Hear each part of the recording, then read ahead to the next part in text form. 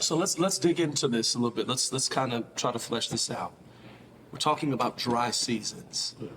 What are, and if we're uncomfortable, we'll pull the plug. What are some, if we can, because we all get the same feedback. I think that they love not just our macro conversation, but they love when we get on a micro level and get personal.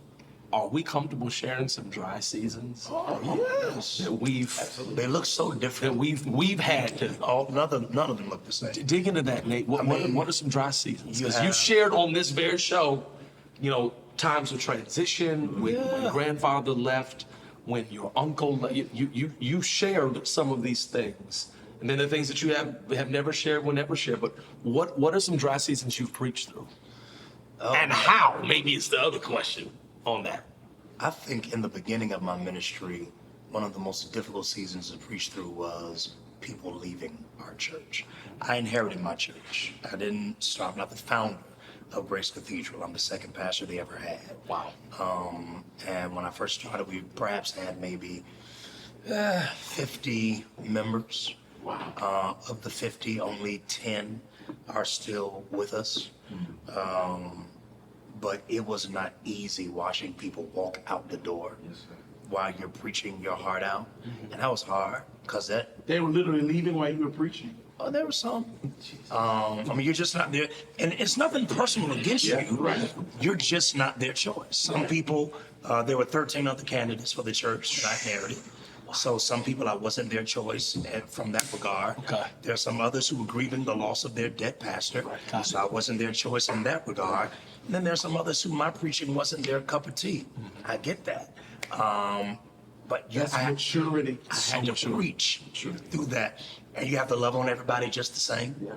You understand what I mean? It wasn't easy. Trying to continue to make my wife feel like we made the right choice. Wow. Wow. I took a huge pay cut to take my church. I left for a great career. I was a project program manager for a Fortune 500 company.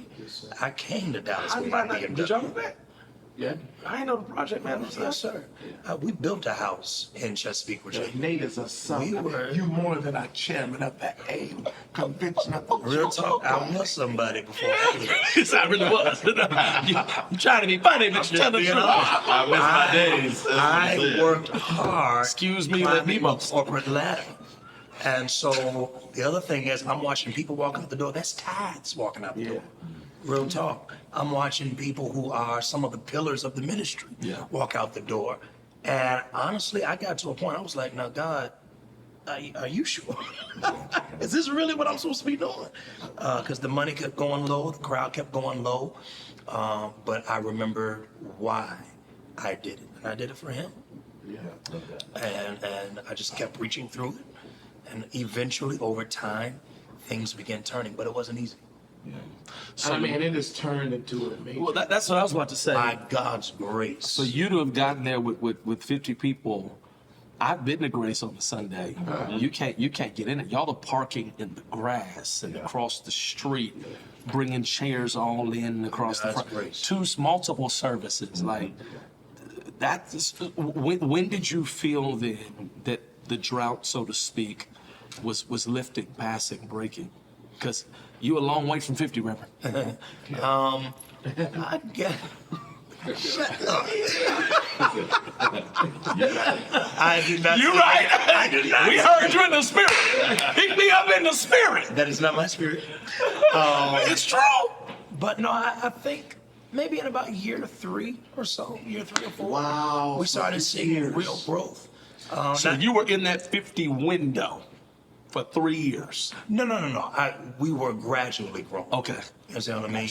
And actually, that was frustrating for me because I saw so many of my contemporaries explode. And that was hard, man. I'm like, now I know your oil is on me. I know the call is on me. So why am I not exploding like this other guy? And I'm glad that I didn't explode because had I gotten what I wanted when I wanted it, I wouldn't have been able to manage it. I wasn't ready for it yet. You know what I mean? And perhaps maybe what I thought was a dry season was really a development season. Maybe it was God preparing me for what we would carry at Grace Cathedral. And so I'm grateful. But I tell you what, the real shift came after that pandemic.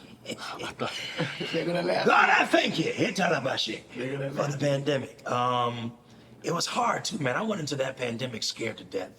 I'm just being real. I know Be real. I am the complete opposite of you when it came down to the pandemic. You saw it. You were running to the ocean with the surfboard. Yeah. I was walking very slowly to the ocean saying, oh my God, these waves are going to kill me. Wow. I didn't think that my church, I didn't know, let me say it like that. I didn't know if my church would survive because we are such a communal church. We did not only build our church That's good. off of me preaching, we have 5 pillars of Grace Cathedral. We're a worshiping church, and that works best when we're together. We're a word church. We saw through that together. We're a fellowshipping church. That definitely requires we be together. We do outreach together, and lastly, development. All those things require that we come together. And we had presence online, but being present together, that was the strength of our church. So now you're telling me we got to stay home? Bruh, that I was scared to death. That's good. And the Lord spoke to me and said, preach. Yeah. Preach like they're here, because they are. And I did what he told me to do. We found I'll say this, opposition is the mother to creativity. So good. Yeah. The opposition of That's the pandemic, it forced us to become creative in ways that we would not have had not there been a pandemic.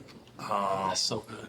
And we had to keep doing that through the dry season. But man, when I tell you, I did not know that hundreds of people would be waiting after the pandemic. I thought we were doing something with 350 people right before the pandemic. We were getting ready to go to 2 services then. And then after the pandemic, we were taking in 300 new members a year Yeah. after the pandemic. God put your name in the wind. He did. By God's grace. That's why I say stick to it. Keep doing what he told you to do. Real commitment is when I continue doing what God told me to do, even when the feeling I had when I first said yes is no longer there.